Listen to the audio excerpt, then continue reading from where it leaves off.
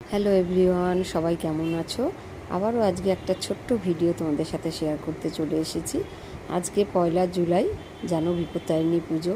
আমার মতো অনেকেই পুজো ওই উপাসটা করো, তাই সকালবেলা সমস্ত কাজ সেরে ঘরের পুজোটা সেরে ফেললাম। দেখো আমি কী সুন্দর করে সাজিয়েছি আমার সিংহাসনটাকে। সব পুজো করে সবাইকে ফল প্রসাদ দিয়ে পুজো দিলাম। ঘরের পুজোটা এইভাবে আমি সকালবেলা উঠে তাড়াতাড়ি করে সব কাজ সেরে করে ফেলেছিলাম।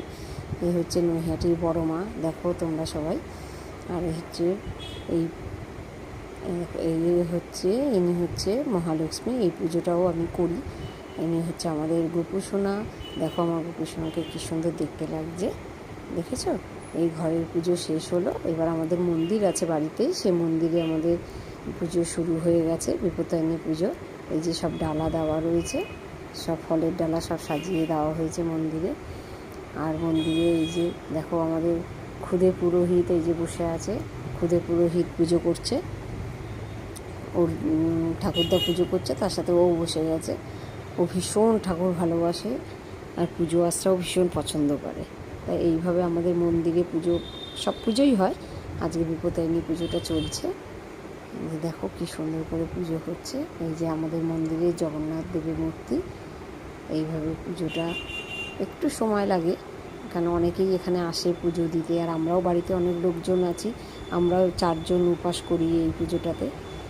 আর তাছাড়াও আশেপাশে থেকে, পাড়া থেকে সবাই আসে এখানে পুজো দেওয়ার জন্য। আমাদের এই মন্দিরে দুর্গা পুজো থেকে শুরু করে সব পুজোই হয়, প্রচুর লোকজন আসে। এসে আমার ভাসুর বসে পুজো করছে এখানটায়। এইভাবে পুজোটা খুব সুন্দরভাবে হলো। আর একটা জিনিস তোমাদেরকে দেখাই, দীঘায় যে জগন্নাথ ধাম আছে সেইখান থেকে নাকি সব বাড়ি বাড়ি পুজো প্রসাদ পাঠাবে, এটা শুনেছিলাম। বাট আজকে দেখলাম ওরাও প্রসাদ পাঠিয়েছে। এই যে দেখো তোমাদেরকে খুলে দেখাচ্ছি কী আছে এর মধ্যে। এই যে একটা গজা দিয়েছে, এই যে আর একটা গজা দিয়েছে, তার সাথে দিয়েছে আবার এই একটা প্যারা।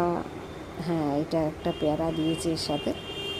আর তার ভেতরে দিয়েছে একটা ছবি, সেই ছবিটা তোমাদেরকে ভালো করে দেখাই। এইটা হচ্ছে যে মন্দিরটা, তার ছবি। আর এই হচ্ছে মন্দিরের ভেতরে যে দেবতা রয়েছে, এটা হচ্ছে তার ছবি। প্রত্যেকটা বাড়িতেই নাকি এরকম সব দিয়ে গেছে।